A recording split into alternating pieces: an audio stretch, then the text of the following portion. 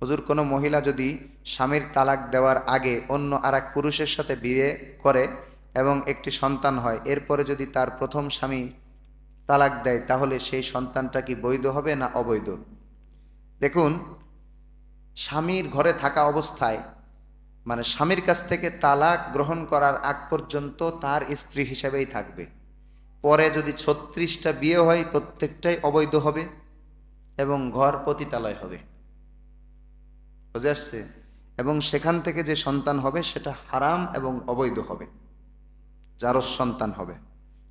প্রথম স্বামী তালাক দেয়নি, চলে আসছে, মা বাপ আরেক জায়গায় বিয়ে দিয়েছে, অথবা নিজেই আরেক জায়গায় ভেগে গেছে, যেভাবেই যাক, প্রথম স্বামী তালাক না দিলে, ডিভোর্স দিয়ে কাজ যাই করুক, পরের বিয়ে শুদ্ধ হবে না।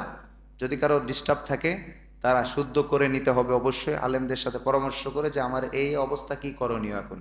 এই মাঝখানে যে সন্তান হয়েছে, একটা হোক আর 5টা হোক, সবগুলো জারজ সন্তান। আর এই জারজ সন্তানের সংখ্যা এখন অনেক বেশি, এই জন্যই দেখবেন ইসলামের গালি দেওয়ার লোকও বেশি। বোঝেননি? ইসলামের গালি দেওয়া, এই জায়গায় সমালোচনা করে, ওই জায়গায় সমালোচনা করে, ইসলামের বিধান নিয়ে সমালোচনা করে। এর কারণ হলো এরা সব জারজ সন্তান। ওই গোড়ায় খোঁজ নেন, দেখবেন কোনো ডিস্টার্ব আছে, ওখান থেকে সমস্যা হয়ে গেছে। এই জন্য এরা আল্লাহর বিধানকে, ওর জন্মের ঠিক নেই তো ভালো জিনিস পছন্দ করবে কিভাবে?